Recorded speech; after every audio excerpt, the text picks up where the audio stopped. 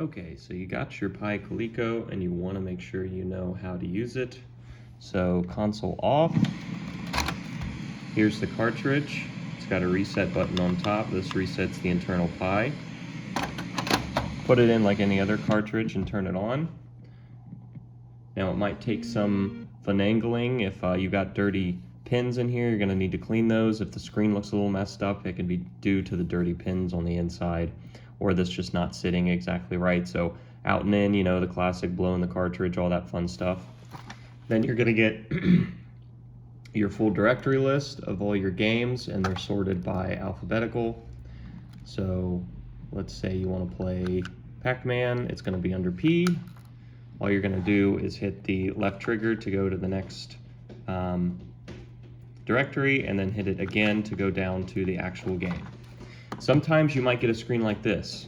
This is usually caused by the RAM being dirty, or if you played a previous game and didn't turn it off, turning it back on can sometimes just give you a screen like this, and this just means you got to reset the console itself, and then the game should boot. So there it is, and it's playing Pac-Man. And if you wanted to play another game, you just hit the reset button on the cartridge itself. That will reboot the cartridge and take you back to the list.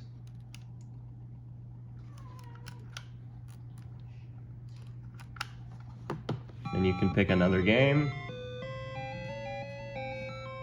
And sometimes they will just work without a reset, but sometimes you do need to hit the reset button on the console.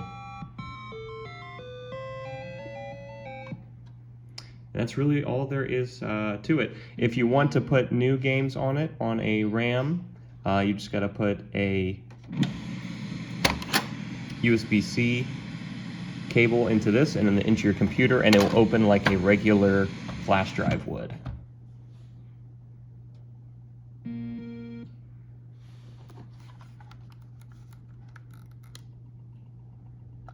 So down directory with the left trigger button. If you want to go back up, it's the right trigger button. And select the game with the left trigger button. Thank you.